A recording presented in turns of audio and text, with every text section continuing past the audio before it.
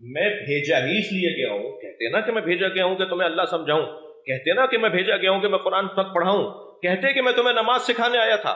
نہیں، آپ نے یہ نہیں فرمایا.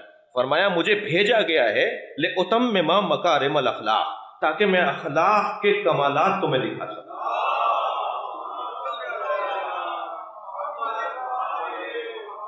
اخلاقیات کو کمال پر پہنچانا یہ ذکر مصطفیٰ کا نتیجہ ہے، اور یہ ذکر اہل بیت کا نتیجہ ہے.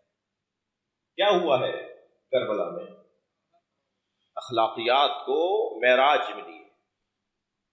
کس زاویے سے دیکھا جائے، کون سا پہلو ایسا ہے جس سے دیکھا جائے تو ہمیں ایک مشترکہ چیز نظر نہیں آتی؟ وہ مشترکہ چیز جو ہمیں نظر آتی ہے وہ حسن خلق ہے، وہ اخلاقیات کی معراج ہے. آپ ذرا دیکھیں تو صحیح،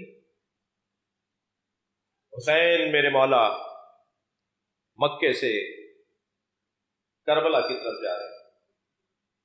رستے میں کئی منزلیں ہیں جہاں قیام کیا ہے حسین مولا نے، مگر ایک ایسی منزل آئی جہاں فرمایا کہ یہاں سے پانی ذخیرہ کرو. جب پانی ذخیرہ ہو رہا تھا تو خود تشریف لے گئے. دیکھا جو پانی ذخیرہ کیا گیا ہے وہ بے قدر احتیاج ہے. حضرت نے فرمایا کہ 2 برابر پانی ذخیرہ کرو. جتنا پانی ذخیرہ کیا اس سے زیادہ پانی یہاں سے اٹھاؤ. حضرت سے ایک مولا کے لشکر میں موجود، مولا کے قافلے میں موجود ایک چاہنے والے نے کہا مولا یہ ہماری آئندہ منزل تک کے لیے، آگے کی منزل تک کے لیے یہ پانی کافی ہے.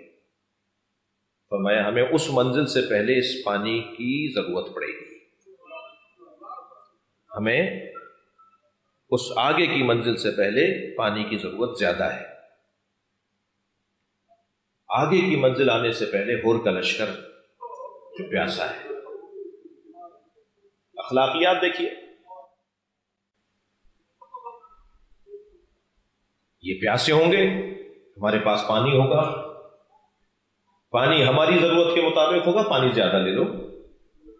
کیسے ممکن ہے کوئی مہمان ہمیں ملے اور پیاسا ہو اور ہم اسے پیاسا رہنے دیں؟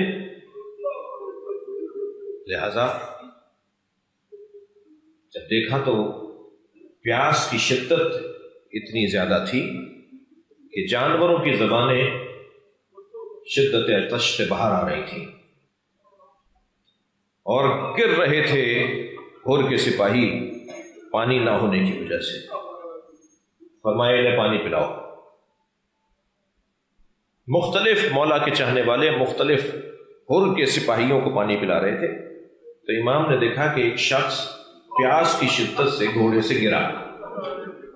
لشکر ہور کا ایک سپاہی شدت عطش سے گھوڑے سے گرا.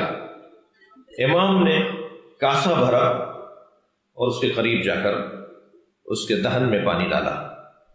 جب 2 گھونٹ پانی اس کے حلق سے اترا تو اس نے کچھ جان میں جان آئی تو اس نے آنکھیں کھول کے دیکھا تو امام حسین تھے. کہنے لگا تم کون ہو؟ من انتا، کون ہو؟ امام نے فرمایا حسین ابن علی. کہا تم وہی ہو جسے مارنے ہم آئے ہیں؟ امام نے فرمایا اللہ تمہیں ہدایت دے گا، اللہ تمہیں ہدایت دے گا. اسے ہدایت کی طرف متوجہ کیا. اخلاقیات. میرے مولا کربلا پہنچے، 2 رکعت نماز اگر میں غصبی جگہ پڑھوں میری نماز باطل. میں اگر گھر میں ایسی جگہ گھر بناؤں جو میری اپنی زمین نہ ہو میرا رہنا گناہ. حسین کربلا کی زمین پر تو قیامت تک رہنے آئے ہیں، یہاں تو مزار بنے گا. کہا تھا نا شب عاشور جناب زینب سے، اے زینب کبریٰ، جب بی بی کی آنکھوں میں آنسو تھے، بھیا یزیدی لشکر میں اضافے پر اضافہ ہے، آپ کا چاہنے والا کوئی نہیں ہوتا. پھر امام کی مناجات سن کے کہا کہ آپ ابھی مناجات میں اس دنیا سے بیزاری کا اعلان کر رہے تھے اور کل دنیا سے رخصت ہونے کا پیغام دے رہے تھے. بھیا کل کیا ہوگا؟ تو تو بہن کا ہاتھ پکڑا اور صحرائے کربلا میں حسین روانہ ہوئے۔ اجرکم اللہ، آپ کی آوازیں بلند ہو رہی ہیں، میں چند منزلیں لے کر آپ کو عبادت تک پہنچاؤں، اس کمال عبادت تک پہنچاؤں۔ صحرا میں گئے، اشارہ کر کے کہا زینب کل ہم یہاں گھوڑوں سے گرائے جائیں گے، زینب میرے بدن کو پامال کیا جائے گا۔ اپنے بچوں کا ذکر کیا کہ علی اکبر کہاں گرے گا، قاسم کو کہاں پامال کیا جائے گا، عمر اور محمد کو کہاں تیر لگیں گے، میرے عباس کے بازو کہاں قلم ہوں گے۔ عزادارو، امام حسین نے ایک ایک جگہ بتائی اور پھر فرمایا زینب وقت گزر جائے گا، یہاں ہمارا مزار بنے گا، لوگ دور دور سے میری قبر کی زیارت کو آئیں گے، میری قبر لوگوں کو ہدایت عطا کرے گی، اور جان لو یہ ارادہ ہے پروردگار، جان لو یہ مشیت الہیہ ہے۔ عزادارو، امام نے زمین خریدی، زمین خریدی میرے مولا حسین نے، اور جب زمین کی قیمت ادا ہو گئی تو وہ زمین انہی لوگوں، اسی قبیلے کو وقف کر دی، ہبہ کر دی، یہ زمین میں تمہیں واپس کرتا ہوں کچھ شرائط کے ساتھ۔ اجرکم اللہ، اجرکم اللہ۔ پہلی شرط تو یہ ہے کہ یہاں کاشت نہ کرنا، یہاں ہل نہ چلانا، یہ سرزمین ہل چلانے کے لیے نہیں ہے۔ میرا دل کہتا ہے شاید اس وجہ سے امام نے یہ وصیت فرمائی کہ کیا معلوم جب ہل چلے تو کسی شہید کا کوئی بدن، اس بدن مبارک کا کوئی حصہ، کہ یہاں ہل نہ چلانا، یہاں فصلیں نہ اگانا، فرمایا اسے بیچنا نہیں، یہ اپنے خاندان میں منتقل کرتے رہنا، یہ اپنی نسلوں کو منتقل کرتے رہنا۔ اور سنیں گے عزادارو آخری کیا شرط فرمائی؟ فرمایا جب ہمیں مار کے چلے جائیں اور ہمارے جنازوں کو یوں ہی چھوڑ جائیں تو تم اپنے بچوں سے کہنا کہ ہمیں آ کے دفنا دیں۔ یہ اس لیے کہا کہ ہو سکتا ہے تم میں یہ جرت نہ ہو اور بچوں کے عمل کو قبول کر لیا جائے، اور پھر اپنی عورتوں سے کہنا کہ آ کر ہمارے بدنوں پر خاک ڈالتے، اور اگر تمہارے لیے ممکن ہو تو تم ایسا کر لینا۔ اجرکم اللہ۔ میرے مولا نے 2 محرم کو کربلا بسائی، 4 محرم کو عزادارو شمر کا پہلا لشکر آیا، ہر کا لشکر تو امام کے ساتھ ساتھ آیا تھا، 1000 کی تعداد ہر کے لشکر میں تھی اور 4000 کی تعداد شمر کے لشکر میں تھی، اور وہ سب کے سب سوار آئے تھے۔ اور اتنا بڑا لشکر جب امام حسین کے اس سرزمین کربلا میں داخل ہوا تو سنیں گے پہلا کام شمر کے لشکر نے کیا کیا۔ شمر کے سپاہیوں نے ان خیموں کی طرف روانگی، ان خیموں کی طرف رخ کیا جو حسین کے خیمے تھے۔ حضرت عباس نے زمین پر خط کھینچا اور ایک مرتبہ جلال حیدری کا اظہار کرتے ہوئے فرمایا کسی میں دم ہے تو خط کو پھاند کے دکھائے۔ ادھر لشکر تیزی سے بڑھ رہا تھا اور ادھر عباس اپنے بازو کا جوہر دکھانے کے لیے، اپنی شجاعت کے جوہر دکھانے کے لیے تیار تھے۔ جناب زینب کے خیمے کی طرف امام حسین نے رخ کیا، خیمے میں جا کے کہا بہن زینب عباس کو بلاؤ۔ جناب فضہ نے باہر جا کر کہا چھوٹے شہزادے تمہیں آقازادی زینب بلا رہی ہے۔ فرمایا اماں جا کر کہیے کچھ لمحوں میں خوشخبری لے کر آ رہا۔ اجرکم اللہ، اجرکم اللہ، کچھ لمحوں میں خوشخبری لے کر آ رہا۔ جب دوسری مرتبہ جناب فضہ آئی نا تو انہوں نے ایک جملہ کہا عباس زینب کہتی ہیں تم آتے ہو یا میں آ جاؤں۔ ایک مرتبہ جناب عباس نے اپنی تلوار ریحان میں رکھی اور خیمے کی طرف رخ کیا۔ جب خیمے میں داخل ہوئے تو کیا دیکھا؟ بی بی زینب کے برابر میں مولا حسین کھڑے۔ امام حسین کو آواز دے کر کہا مولا کیا خیمے ترائی سے ہٹا دو؟ فرمایا ہاں عباس خیمے ہٹا دو۔ اللہ رے خلق حسینی، کربلا کی یہ داستان اخلاقیات کی داستان ہے۔ یہاں آنے والا ہر شہید کمال اخلاق پر فائز ہے۔ مولا حسین عاشور کے دن جس انداز سے قربانیوں کی ترتیب دے رہے ہیں وہ بھی تاریخ کربلا میں عجیب رخ ہے۔ پہلے اصحاب جائیں گے، کہیں ایسا نہ ہو حبیب زندہ رہ جائے اور علی اکبر مارا جائے۔ پہلے زہیرقین جائیں گے، پہلے شوذب اور عابس جائیں گے، پہلے مسلم ابن اوسجہ جائیں گے، پہلے سعید ابن عبداللہ جائیں گے رضی اللہ تعالی عنہم علیہم السلام۔ ایک مرتبہ ایک شہید نے جب اپنی جان کی قربانی پیش کرنے کے لیے حسین کے آگے حاضری دی تو امام حسین نے ایک مجاہد سے پوچھ لیا تھا تم موت کو کیسا سمجھ رہے ہو؟ تو جواب آیا تھا 70 مرتبہ مارے گئے اور پھر زندہ کیے گئے تو مولا آپ کو چھوڑ کر نہیں جائیں گے۔ عزادارو بہت مصاب ہو لیے، مگر میرا دل کر رہا ہے کہ ایک ایسے صحابی کا ذکر بھی کروں کہ جو امام حسین کی نماز کی حفاظت کے لیے اپنے بازوؤں پہ تیر لیتا رہا، اپنے سینے پر تیر لیتا رہا، اور جب حسین مولا کی نماز مکمل ہوئی اور وہ زمین پر گرا، نام سعید ابن عبداللہ ہے، تو امام نے آگے بڑھ کر ان کا سر اپنی آغوش میں لیا تو سنیں گے انہوں نے سر اپنا ہٹا دیا۔ مولا نے پھر آغوش میں لیا، پھر وہ ہٹانا چاہتے تھے، امام نے سوال کیا تم اپنا سر ہماری آغوش سے کیوں ہٹاتے ہو؟ تو فرمانے لگے مولا یہ شہزادوں کی جگہ ہے۔ مولا کہاں میرا سر، کہاں حسین کا سر؟ کہا اے سعید ہم چاہتے ہیں تمہارا سر ہماری آغوش میں رہے، کچھ کہنا چاہتے ہو تو کہو۔ سعید نے کچھ وصیتیں کرنا چاہیں اور وصیتوں کے درمیان مسکرانے لگے تو امام نے سوال کیا سعید مسکرا کیوں رہے ہو؟ فرمایا مولا میرے سرحان رسول اللہ ہے، ہم اس سے کہتے ہیں تم نے حسین کی جان بچائی۔ کچھ دیر پھر سعید نے گفتگو کی، پھر حضرت سعید مسکرائے۔ امام نے پھر سوال کیا سعید اب کی دفعہ کیوں مسکرائے ہو؟ فرمایا مولا میرے سرحان علی آ گئے۔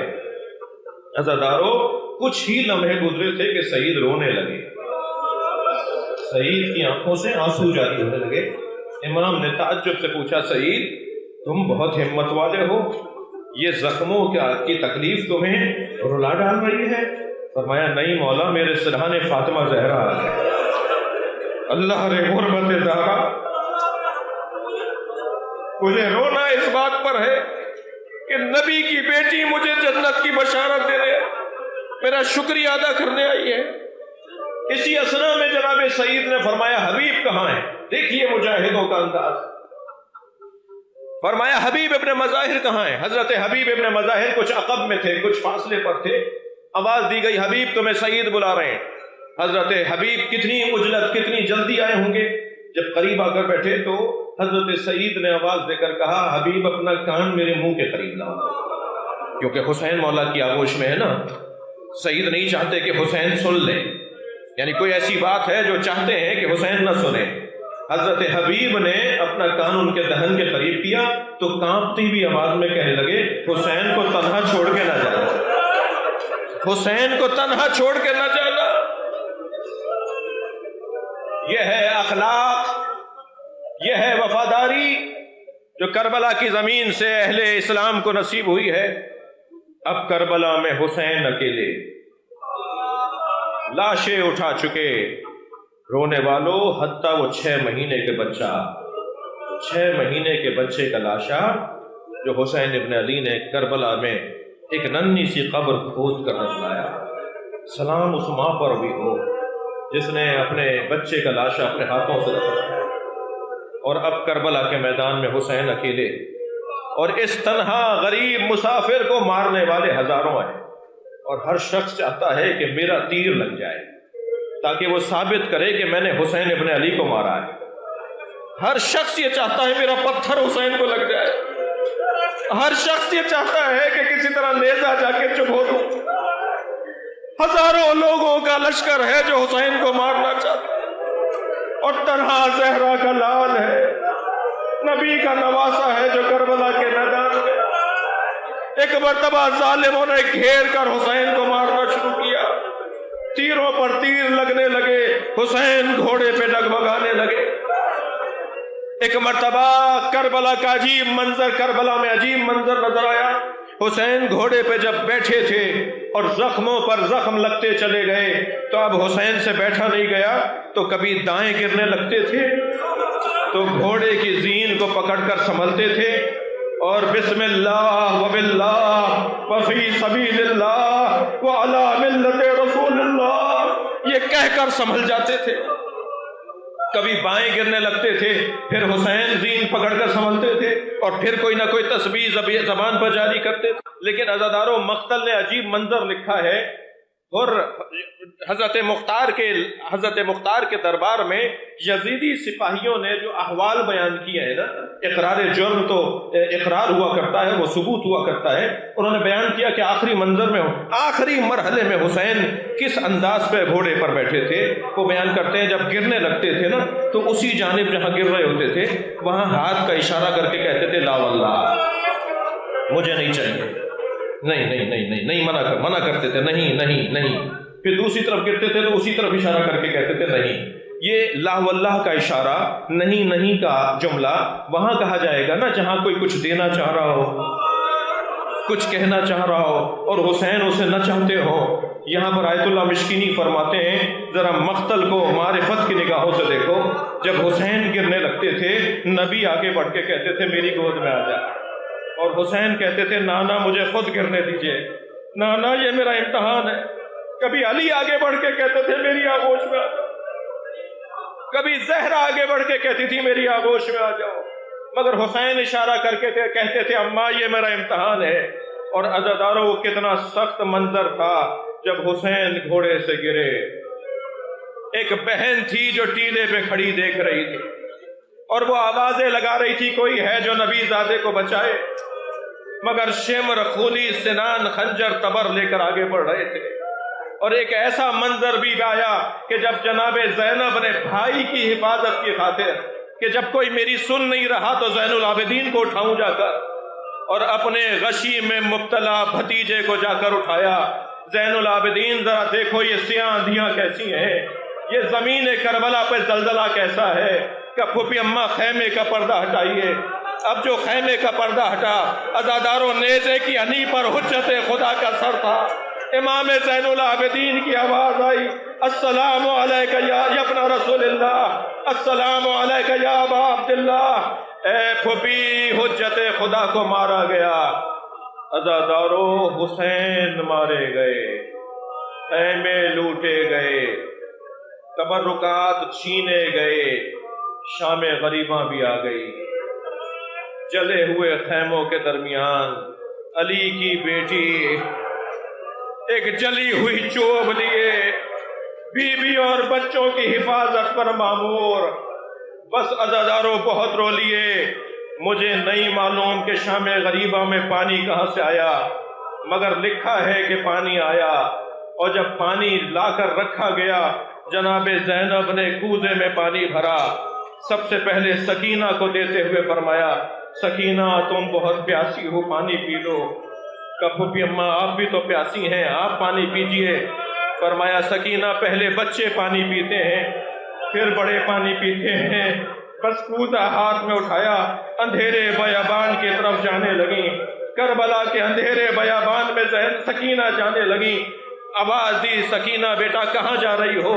کہا پھوپھی اماں میرے بابا میرے بھائی علی اصغر کو پانی پلانے لے گئے تھے، میرا بھائی پیاسا ہے، میرا بھائی پیاسا ہے۔ عزاداروں، کون سکینہ کو بتائے شام غریباں گزر رہی ہے، ایک علی کی بیٹی ہے اور قافلہ حسینی ہے، زینب کی بہنیں ہیں، بھابیاں ہیں، بچے ہیں۔ یہ پہاڑ جیسی رات ہے، پرانے والا دن ہے جب اسیر بنایا جائے گا، جب ہاتھوں میں رسیاں باندھی جائیں گی، جب کوچا بکوچا دیار بدیار پھرایا لوگ تشہیر کریں گے یہ نبی زادیہ۔ الا لعنت اللہ علی قوم الظالمین فسیعلم الذین ظلموا ای منقلب ینقلبون۔ یا اللہ ان آوازوں پر رحمت نازل فرما، رونے والوں کی توفیقات میں اضافہ فرما، ہماری عاقبت کو خیر فرما۔